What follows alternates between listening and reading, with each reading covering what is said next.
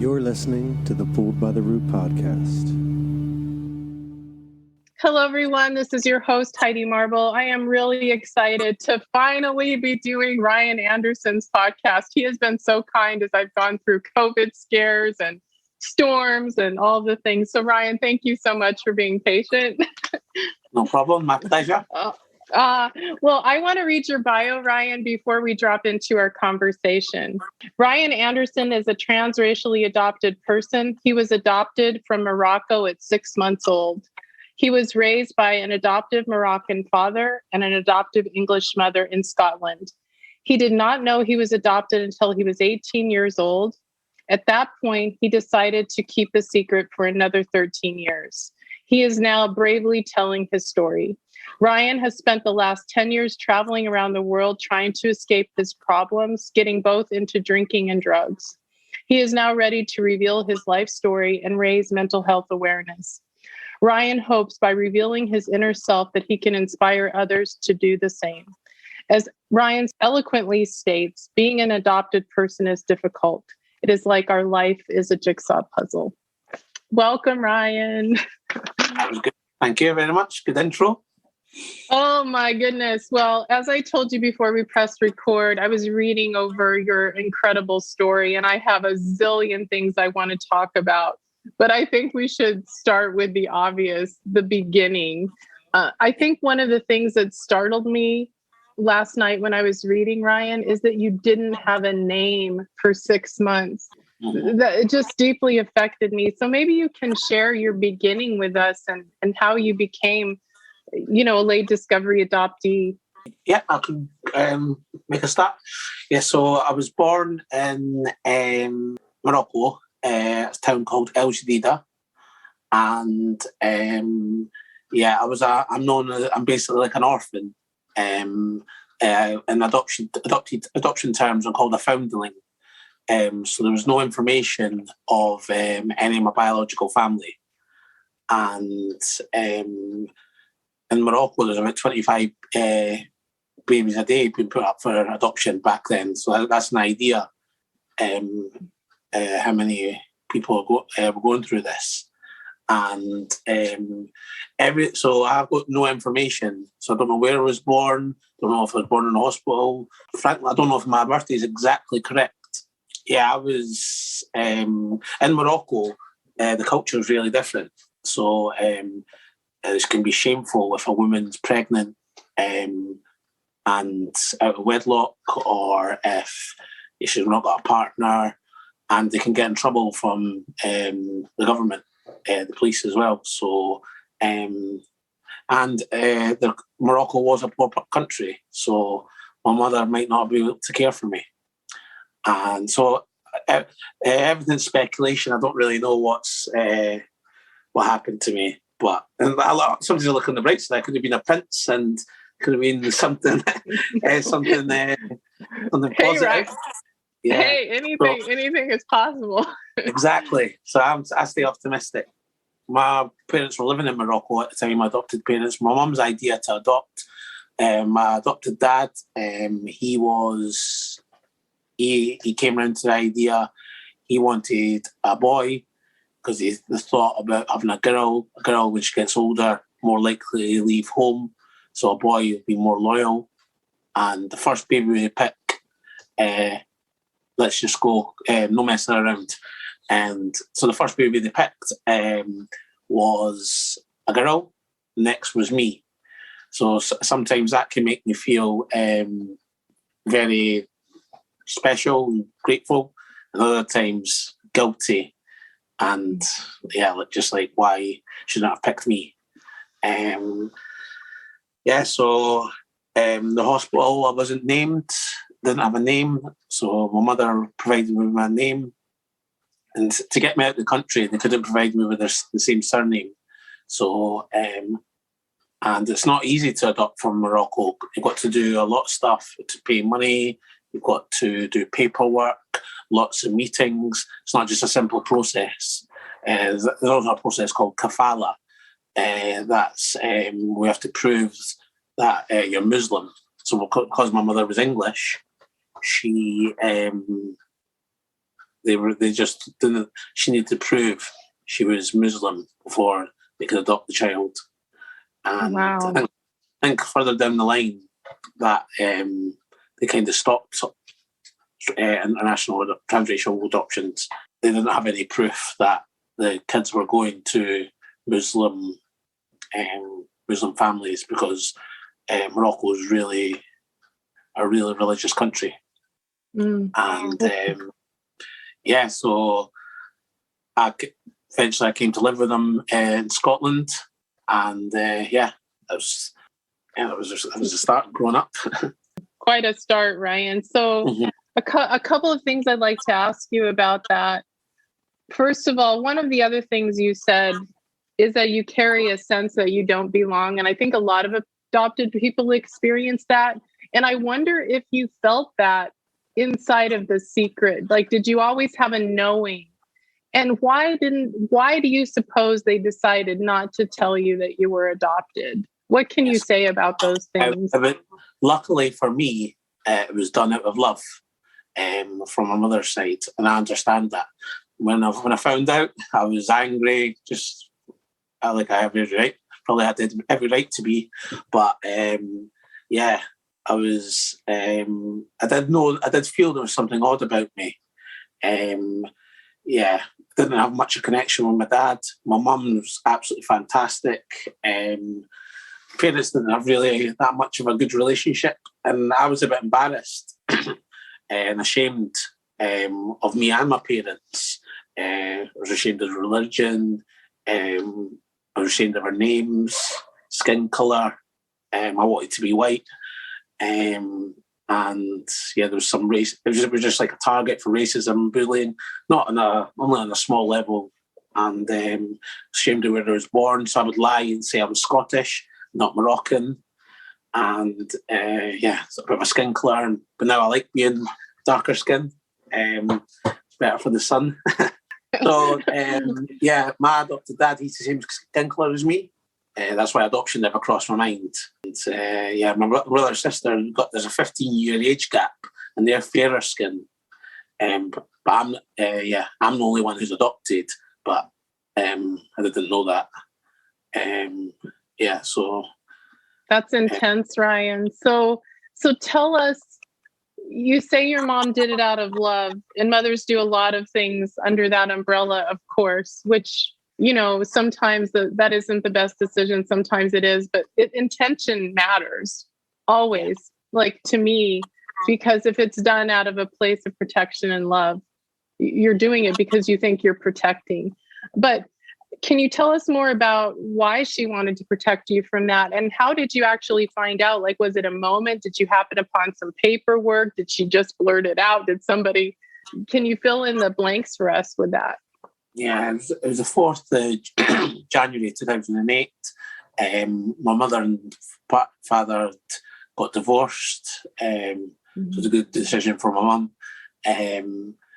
It was my brother was hinting that I needed to have a conversation, and because the divorce, I had moved out of my home city, Edinburgh, and I was living down England, and I was planning on coming. Edinburgh was my home. I love Edinburgh, and my mum, she wrote me a letter. I just remember bursting into tears, running out the house, and I just felt like my world was crashing down. It kind of tore me apart, and I was ashamed. My mum wasn't really told how to adopt. There was no a guide or advice, so I understand what she done.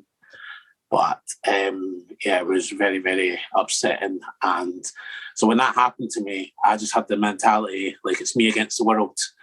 I'm going to make something in my life. And then, so I was going to say, I give myself 5-10 years, just try and make something with your life. And that's where, I was turning into a teenager. So I was able to block it out. And it's where I got involved in drinking drugs. And Yeah, I'd already, I think I dabbled in them before my adoption. So it's not as if I turned to them because I was in that much pain. And when I was introduced to going to pubs, that was, when you're 18-year-old, I was buzzing. I was loving it. So, oh, yeah. Yeah, it's probably not the right move, but I kind of had to grow up quick. So I got a flat and I got to get a job. Yeah, kind of my flat actually turned into a little party flat. So we were all living our best life at that age. And I kind of, from growing up in the area, dealing with a little bit of racism, I kind of got thick skin. And sometimes I'd make fun of myself, and so people couldn't use it against me. So I kind of became numb. Yeah, I kind of became a bit tough. But I do understand racism is pretty serious, but that was my way of dealing with it.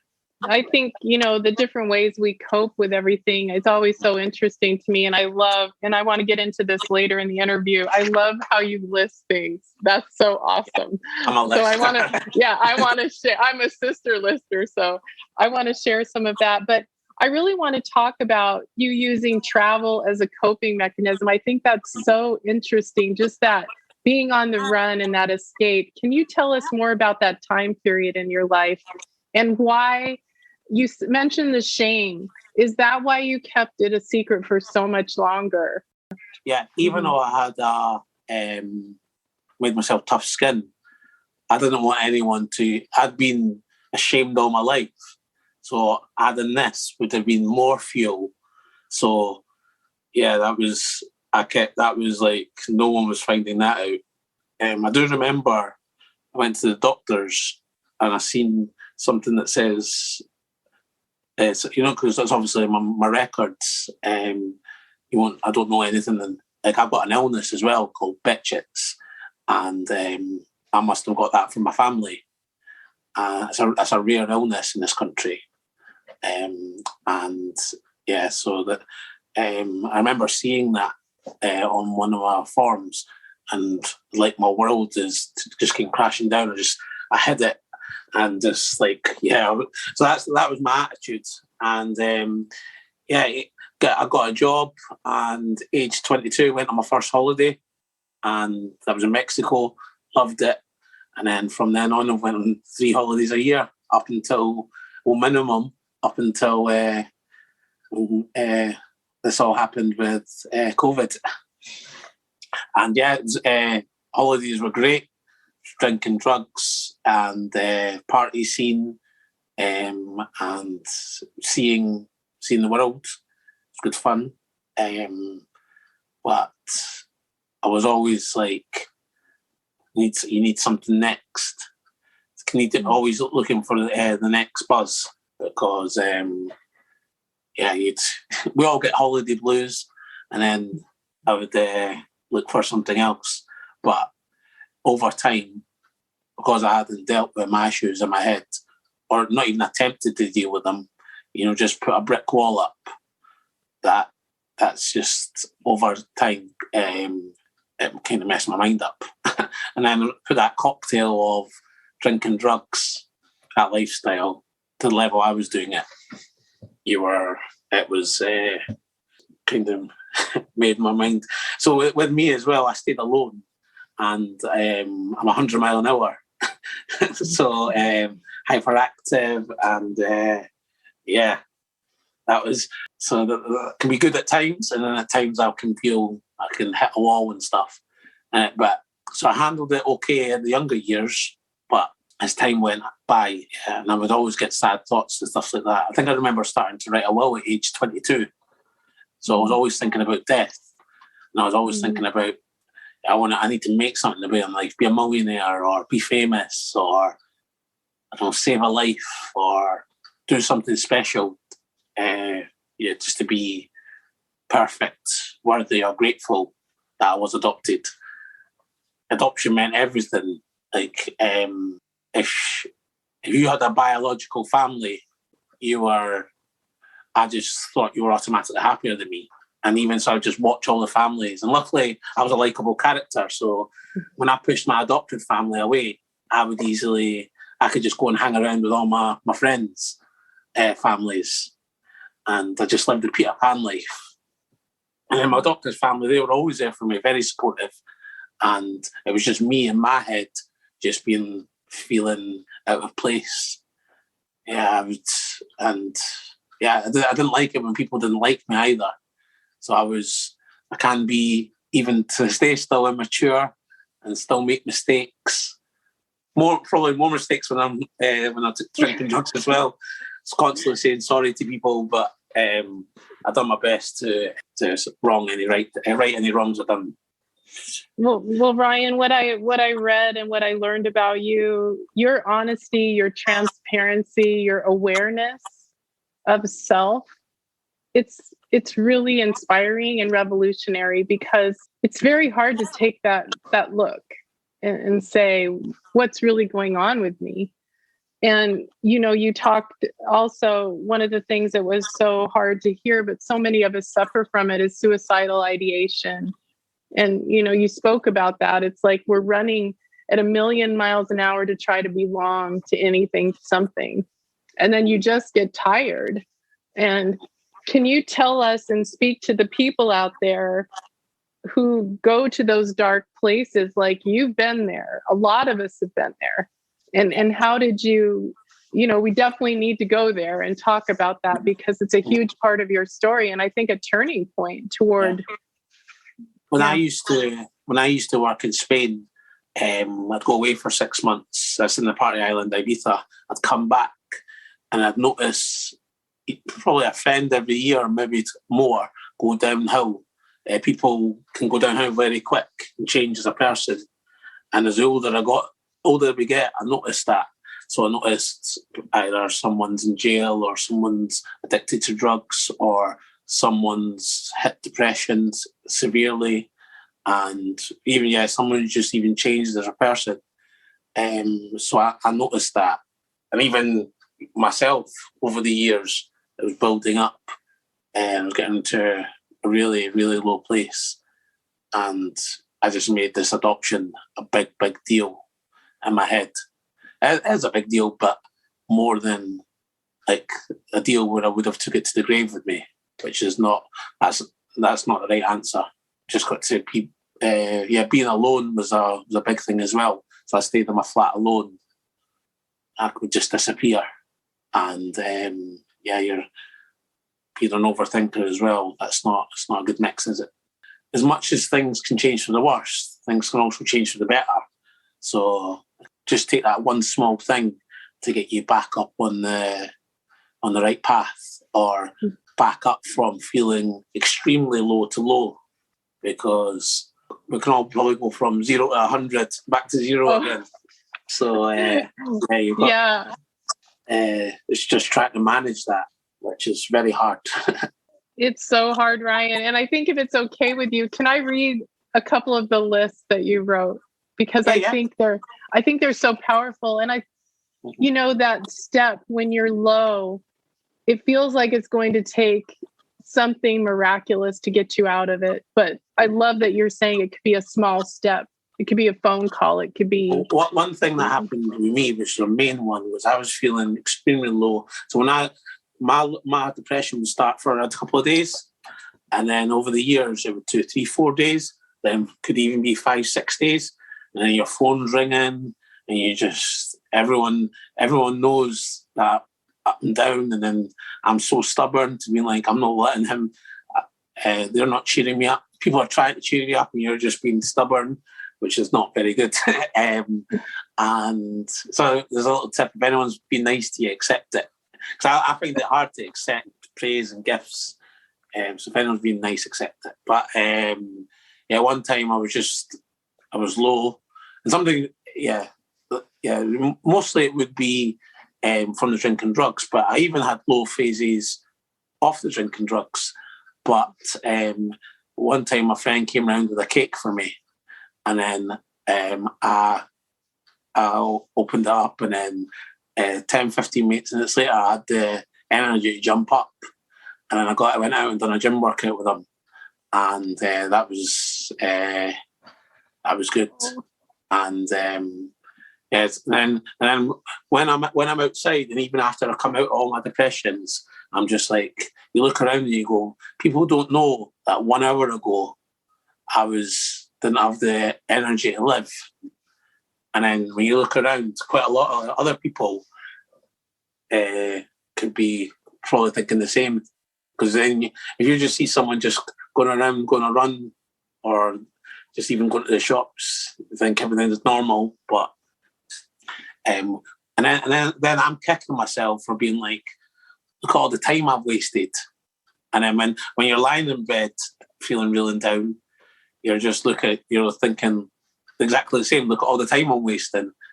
And then there was just little things like a motivational video would get me up. Yeah, so that's why I tried not to abuse the drinking drugs, because I think I didn't notice it. And then as it went from 1 day, 2 days to nearly a week, that's what happens over the time. Some people can handle it and others can't. It kind of got a grip of me. Yeah, Ryan, I thank you so much for sharing all that. I felt that. And I could just imagine you with the cake, and to allow that to come in, to allow that to break through the wall could just be the thing. So here is kind of a summary of the two lists. The list that you wrote that kind of gets you low and that trapped inner thinking that's not positive. And then the things that you have done to pull yourself out. So I'm going to share a little bit of that. So here's the stuff that a lot of us can relate to. I care what people think. It kills me when someone doesn't like me. I like to be around a lot of people. Mood changes to be extremely sociable and then goes cold to be the opposite. I like to include everyone. No one is left out. I've never had a relationship and I can sabotage situations as I always like to be in control. I can be hyperactive, a thrill seeker. My mind works at 100 miles an hour. I'm an overthinker. I'm always ahead, but never in the moment. I often feel lonely, unwanted. I struggle with identity, constantly writing to-do lists and over-explaining, and then you put in parentheses like I'm doing now. Mad, isn't it? All of it. I think a lot of people out there are just shaking their heads saying, me too, me too.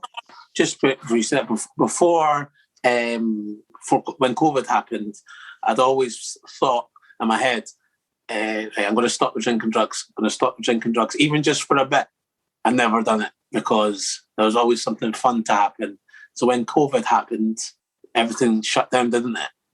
So I was just that for me. See, in Scotland or the UK, 90% of people were out just drinking in their house to get through COVID. For me, I was opposite. So I was doing my sober run while everyone else was out still drinking. And that had to be fun. To be honest, you probably needed a drink to get through COVID. So I don't diss anyone about that. But so this was me coming up with many ideas that I learned that I just watched on TV or just Googled. You know, you said that you wrote your story, you wrote down goals, you meditated, volunteered, tried new activities, made the effort to connect. You completed a suicide awareness course. You did Ancestry to find your identity. You did counseling over Zoom. These are all approachable things. You know, it's not climbing Mount Everest. Well, I guess it is maybe metaphorically, but it feels like you can go and do those things. So can you walk us through what that's done for you, Ryan, to have those things to latch onto, and where are you today in your healing, and how have you come to terms with your adoption at this point? Yeah, there were writing for me was healing. And so with my story, March is when I started the no alcohol, and I think I was still dabbling in drugs. And in April, I was like no drugs. And then I think I'd done a year and a month off them. And then everyone was just like, oh, that's amazing. But when April came, May, sorry, April was, if it was no drugs and no drink, April to May. And so that was like 13 months. But everyone's like, you should feel amazing. And because it was quite an achievement. But I still hadn't told anyone about my story. So I didn't feel amazing. And it was volunteering was a really good one. So the timeline, I think it opened up. So I stopped drinking in March. In May, I spoke to the doctors. Had about an hour conversation with her. She was really lovely, and that was a weight off my shoulders. And then got into counselling. That was a weight off my shoulders. And as this, in my video, I went to counselling a year before, and I just walked out.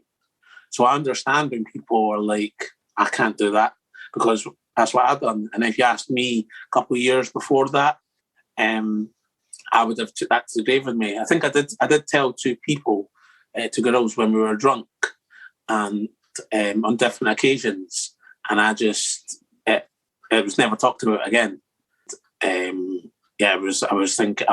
instantly regretted it. So that didn't even make me feel better that I blurted it out once when I was drunk. But then, so I was just trying all this stuff to get me better, and I was just like, well, I started support groups. So I'd be really, really shy at the start. I would also join like the online ones, Facebook ones. I think I opened up on Reddit, but I hid my identity. That's how ashamed I was. And then I would join the Facebook groups, so I'd be scared if anyone noticed me in there. So this is what my mind was thinking. So I was slowly taking baby steps. And now I'm in over 30 groups. And I'm in over 10 Zooms. Zoom meetups. And and sometimes I wouldn't speak in the groups. And now I'm slowly more confident to interact. So they really helped me. Then I started asking questions about my adoption, like small things. And you found out I had a foster family that looked after me in Morocco. Found out there was a doctor that helped me, a policeman that helped me. Found out even about the culture. As I started asking, I found out how I even got to Scotland. I found out that when I became a British citizen, and don't know why did I not ask the questions before? So that's with the answer, with being a teenager and with all this going on. But Well, it's so amazing, Ryan, that you're able to tell your story and that you're on multiple podcasts and people are hearing your voice, and that you're taking this big jigsaw puzzle that we're handed and putting it all together. And I'd love to talk a little bit about, biological relation and DNA and all of that. I just recently took my ancestry DNA, and I had reunion, as a lot of people know, but I was told that we were Dutch and we were this and we were that, and I believed it. And I got my DNA, and I got a really huge surprise that I'm 50% Scottish. Come on. So guess what? And my husband also got a surprise that he is, and we're going to Scotland in about 2 months. So I'll be a tour guide. Oh my gosh, I would love that so much. But it's just so crazy how finding out the true facts of who you are and what happened, filling in the blanks of the mystery. I love the description you gave of like, these things take a little bit of the weight off, right? You tell your story, there's a little bit of weight off. You get counseling, there's a little weight off. So just that in there, I was a very, very difficult person to deal with when I was getting my counsellor. So I was messaging all my counsellors. I thought a big thank you, because I had about 4 or 5 of them, and I would not have done their job when I was there. Some of them, I laugh about it now, but some of them have said, "Wow, you blew my mind."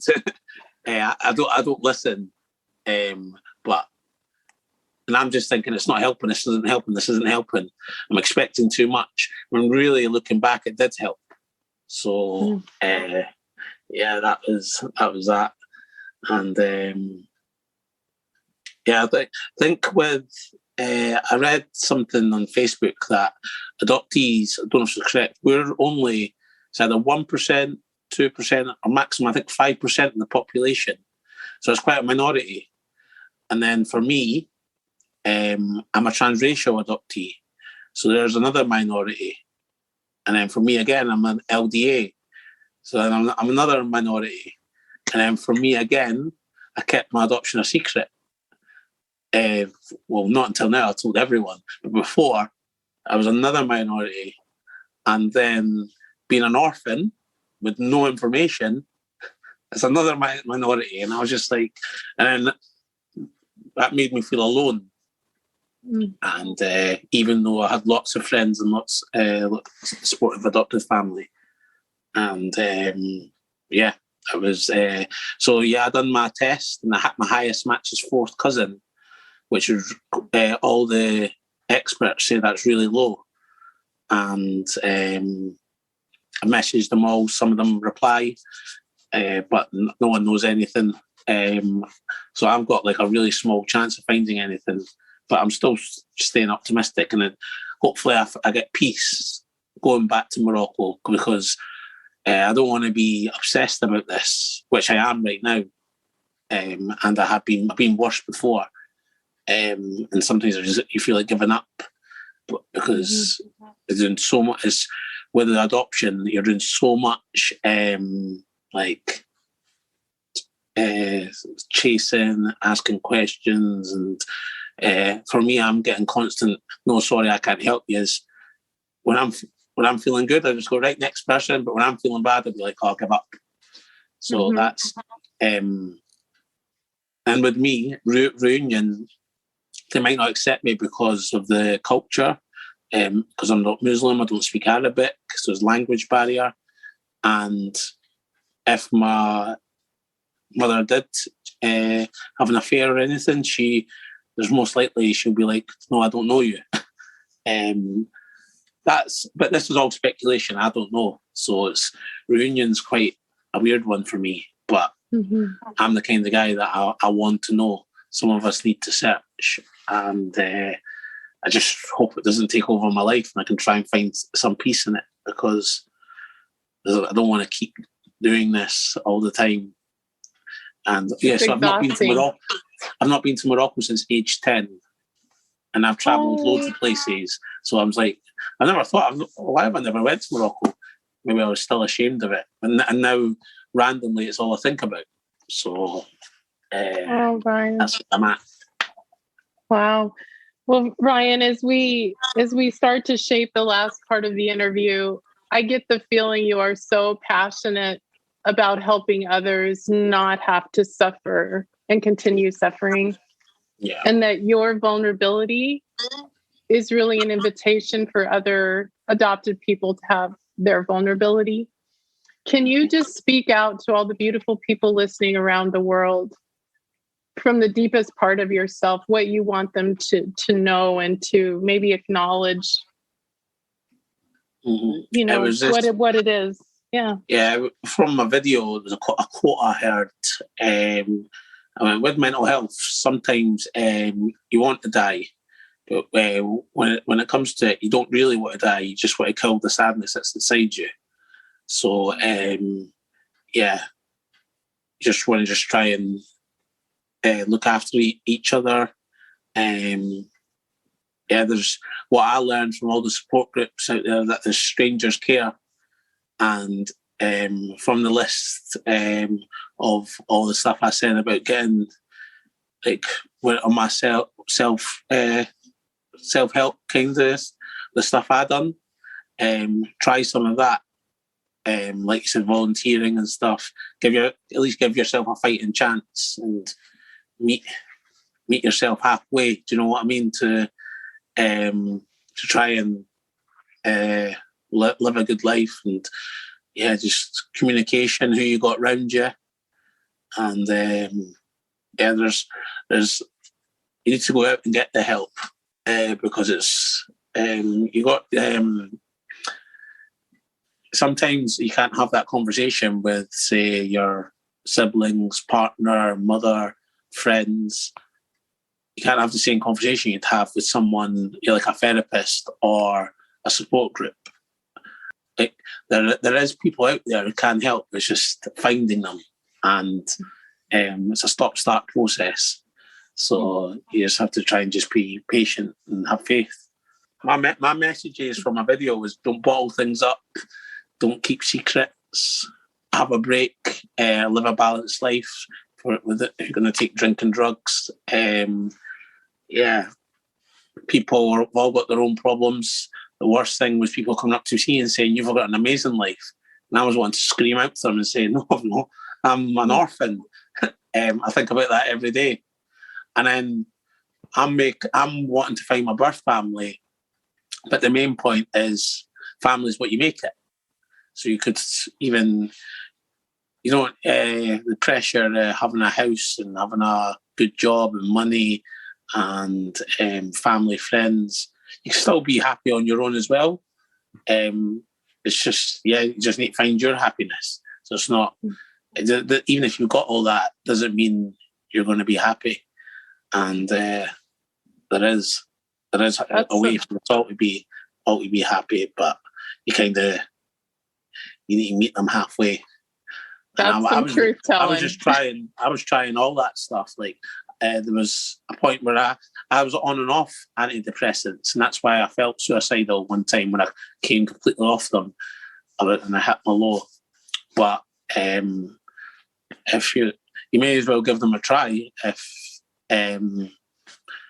If you're really feeling that low, I think they take 3 months to kick in. And if you don't take them, stop them, and even try some stuff. I'm the kind of guy that I like to try everything once, just to see what I like, and just to say I've done it.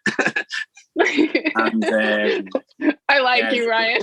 You just got to try and see what works for you. That's why I was trying to. I was kind of just faking it to make it. Just trying to. So the stuff I still do is the support groups. They help.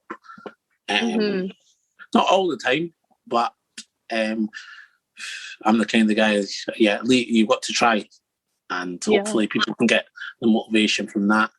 And from when I done my story, I was getting loads of messages.